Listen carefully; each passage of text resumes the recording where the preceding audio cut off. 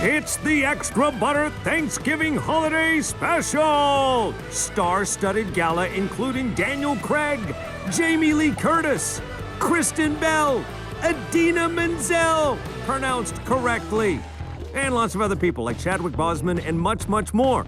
Want to see it? Don't move. It starts right now.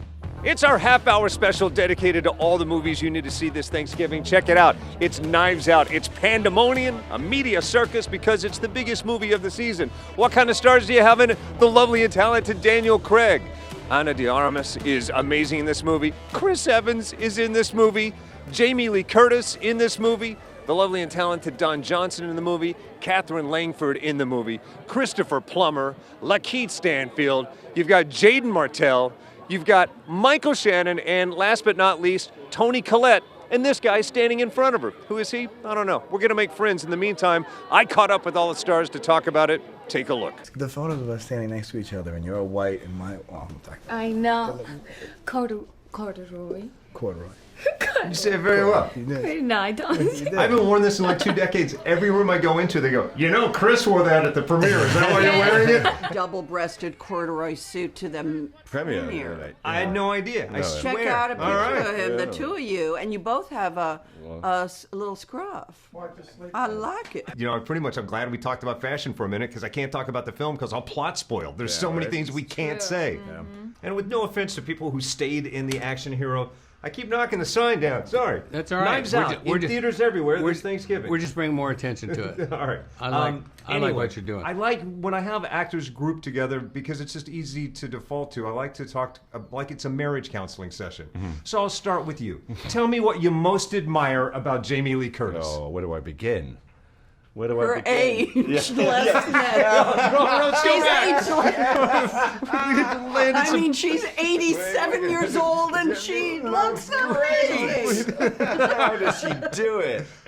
What I love about it, when you have a great ensemble cast like this, but then even the ancillary roles, like you drop someone in for maybe a 2-day shoot, like the likes of Frank Oz. Oh my God! Well, I got Yoda. Once you're in Star Wars, you can pull anybody from the Star Wars universe into your film. Frank and I became friends when we were doing The Last Jedi. He is the sweetest man on the planet, and it was so kind of him to show up and do this small part in this movie.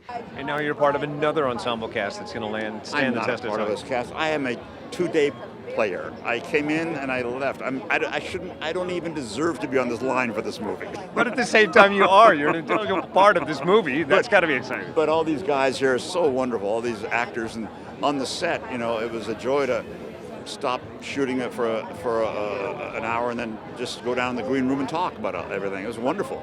When you're with this ensemble cast, and many of the days you're all in the same room together, do you ever stop and go, wow, I can't believe I get to work with Jamie. I can't believe James Bond's Daniel Craig's in the same room. That happened every day. That's happened every day of my career. I mean, every day is Christmas for me, because I show up and I say, oh, wow, look at this. We're making movies. We get to do this, and there, you know, and there's Chris Plummer, and and there's Jamie Lee Curtis, and there's a man walking around behind you setting up the thing. It's like the movie. Yeah. Who's this guy? Yeah. He did it. Yeah, so now it's we him. know. It was you the entire time. You know, it's one of those things where. Do you want me to leave the room? Yeah, maybe. You know, I've been really lucky to work with some rather fabulous people over the years, and you know. And majority of those people are really lovely and lovely to work with. But when you work with somebody who still loves this job, which is kind of key, because it's we've all been doing it for a while, and it's like you can run out of steam. It's like, but loves doing this job, gets a thrill out of it, and wants to be better every day. And when Jamie, I love him right now. Look at what I've done. I love that. What I love is that these guys run into the room and we have like sirens going by at the same time. I know. All hell is breaking Who done loose. it? And I call the cops. I put it online for people that might have questions for you. So let's see. Damie Lyon says, for Anna, what was it like working with Daniel Craig on this movie, then 007, No Time to Kill? Was it your dream to be a Bond girl? How different was this from playing Martha in Knives Out? Oh my gosh. I love working with Daniel just because he's so, first of all, very talented, but also he shows so much respect for our, job, and he's so hardworking, and doesn't matter if he's exhausted or broken bones in his body, he will still show up and deliver, and that is just, I admire him as a as a partner on set, and we had so much fun in this movie, and it only helped to feel more confident in James Bond, which is a lot of pressure too. And now, tell me what you most Don't say admire about anything. this guy. Don't say anything. It's the signage placement police coming to arrest me. If you were to go back and tell the kid someday you're going to go up and you're going to direct a James Bond in a movie of your choosing. The kid me would have said, I'm going to direct Pierce Brosnan? What? Yeah, good point. He wouldn't have known Daniel Craig. Good point. Okay, so Blah, blah, blah. I know, I'm not going to blah, blah, blah, because I took a picture of our feet. Oh, yeah, that's true. And there's a It's my phrase... feet she most admires No, about me. there's a phrase that I like to remind myself, which is be where your feet are, which is this groundedness of you. And that's the first photograph that I took in our trailer, in the makeup trailer, was a picture of both of our feet, because there's a groundedness about Daniel. There's a depth and intelligence and sort of groundedness in the midst of, I mean, in his case, that's a very complicated suit that he wears in his other job. And it wasn't my dream to be a Bond girl, but it happened, and now I'm very proud, especially with the shift that the franchise is taking on women. So, of course. Awesome. And then Patrice has a question for you. Would you want to be a Bond girl? No, I just made that up. I'll ask that. Yeah. I could never pull it off. Not with the beard. No, not with the beard. It'd be a different direction. But they are really cool now. It's They're true. really cool now. I would... It's what? A little crooked. Mark? Crooked? I am crooked. It'll bring more attention to it, Diane. These guys... And everybody in the audience will be going... Exactly.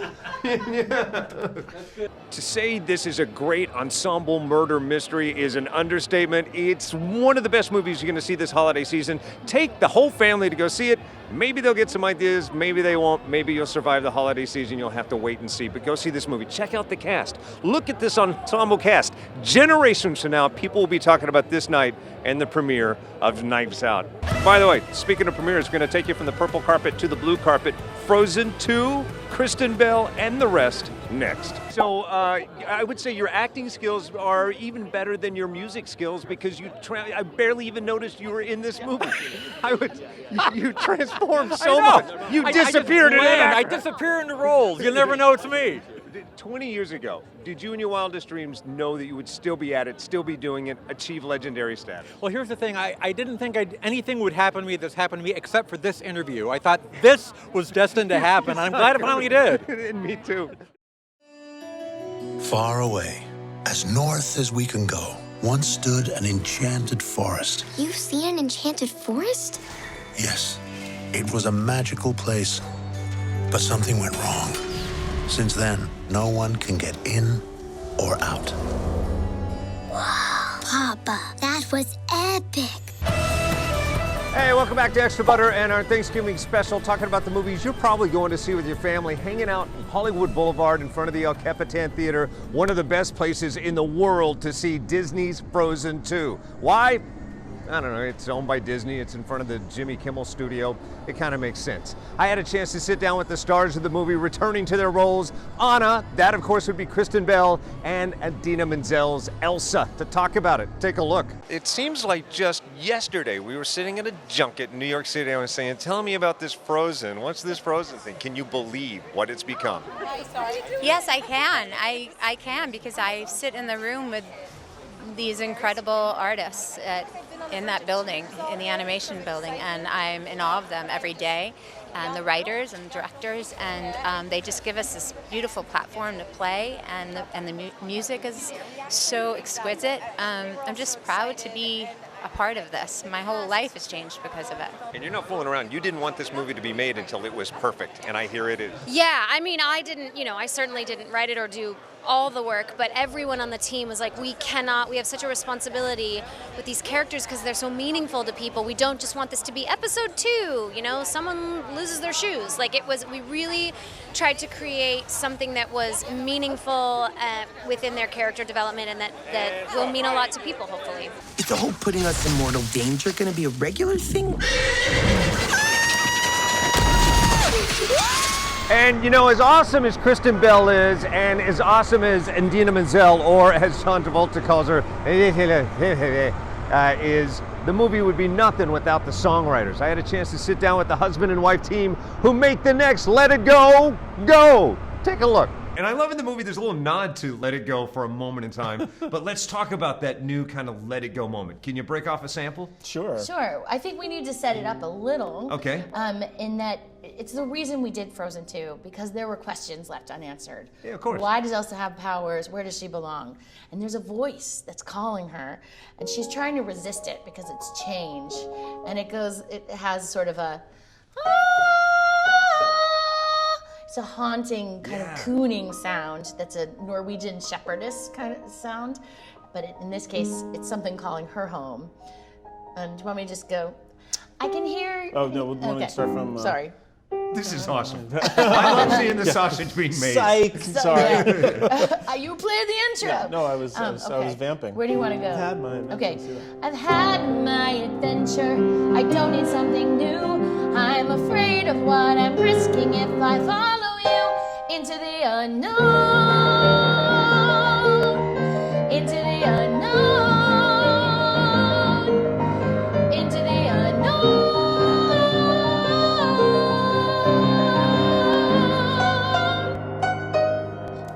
By the way, I took the shot to make him think I was singing it there for a moment. Yeah, how awesome was that? Your own little command performance. I also caught up with Sterling K. Brown, new to the cast, and the returning Josh Gad, and a lot of other people. Take a look. All right, so you've seen the movie with an audience. You went to the big world premiere. There was a lot of pressure riding on this. Well, Could not be happier. I mean, honestly, the fact is that we went into this with, I did at least, with a lot of reservations of how we're even going to match the first film. And it teaches me a valuable lesson, which is to never question the brilliance of our creative team who knows these characters inside and out and knows that the journey that is the most compelling journey to take them on. sure. Now, for you, I love everything about this movie, but if I must dissect it, one of my favorite moments in this movie, where if you talk about besting the other movie, this movie, like its audience, has matured. There's a solo performance from you that is among the best musical numbers in any Broadway show or movie musical ever. And it's silly at the same time. It is, yeah. Honestly, like Bobby and Kristen Lopez cannot write a bad song. They just the music that they wrote for the first movie is incredible, and Sure. I think that they've bested themselves in the second movie. And the idea of getting Christoph to sing, I was always confused at how they were going to do that, because they said we really want to in the second movie try to get him to sing, and then they realized that, you know, a lot of straight dudes really lean into those 80s rock ballads to feel themselves. Not all straight. To feel themselves. That's true. It goes across the board. But for Christoph, you know, he's like trying to like express his feeling and his love for Anna, and so it's shocking. And every time I've seen the movie, I still can't believe they actually go there with that number. But they go there all the way with Lost in the Woods. Yeah. So you two have a tremendous body of work, but is there a little bit of trepidation going into this, knowing that there's a lot of pressure? A lot of eyes are going to be on this. Yes, there was this nervous excitement, but at the same time, I feel like I've been prepping for this my whole life because I've been singing Disney songs as far back as I can remember. Sure. So I felt ready. I felt really, really ready. It felt right. It still hasn't really hit me, though. I did not feel ready at all. I haven't sang in a long time, and so just to be invited has been kind of phenomenal. I feel like the pressure is probably most felt by Jennifer and Chris, right? Maybe. Because they're the ones that are sort of putting the whole thing together. I just try to show up and play. Like, that's my thing. If I'm having fun, then hopefully that will be felt when people see the final performance. Those guys are awesome. If you like Frozen, you're going to like Frozen 2. I'll put it to you that way. If you didn't like Frozen, you're probably not going to like it. Some people may be over it altogether, like these people. Let it go, let it go. Come on, sing with me. Let it go. All right, she might not be over it yet. She's probably heading in to see it right now. In the meantime, if you're not into that, I'm headed to New York City next to catch up with the cast of 21 Bridges. There are 21 bridges in and out of Manhattan. They're shut down. Chadwick Boseman, your Black Panther's got to get in there. How's that going to happen? We'll find out next. Don't move. And welcome back to Extra Butter, now in New York City. Why? Our next movie is all about New York City. See that 21 over my shoulder? That's for 21 bridges. Well, technically it's for Forever 21, but still, 21 bridges. This movie is written by one of my buddy's best friends because it's his brother. Joe Carnahan's brother, Matthew Michael Carnahan, brings you this movie. And it's also produced by the Russo brothers, reteaming with Chadwick Boseman, the star. He's a New York City cop who has to shut down the city to find some bad guys before they get out. Did you know there are 21 bridges in and out of the city? I didn't know either until this movie. Sat down with Chadwick, co-star Sienna Miller, and a lot of other people to talk about it. Take a look. So much I can't talk about because I don't want to plot spoil, but suffice to say, both of you end up in some intense chase and action sequences. And there are these scenes, and again, don't want to plot spoil, but you're ducking under stuff, like more practical than I think you may have even done in Black Panther. Any bumps, bruises, contusions? What was the hardest day on the set? I did accidentally get hit on the head with a gun, but that was okay. It kind of, it looks good. That was okay. It looks good. It's commitment. And I had that. Remember we were doing the You cut, the gun yeah. back. Yeah. I shot you. Yeah. Well, you didn't shoot me. What did I do? Yeah. What was it? Don't even. You know what? I shouldn't even bring it up because I don't want you to worry about it. Yeah. No. What was it? Was it a blank? Yeah. Your blank came off and hit me. And it cut him. It actually cut my forehead. So it's Have you got a scar? so it's covered. No, it's completely healed. Aloe vera, cocoa butter, Oh, shea butter, emu oil. exactly, all of that.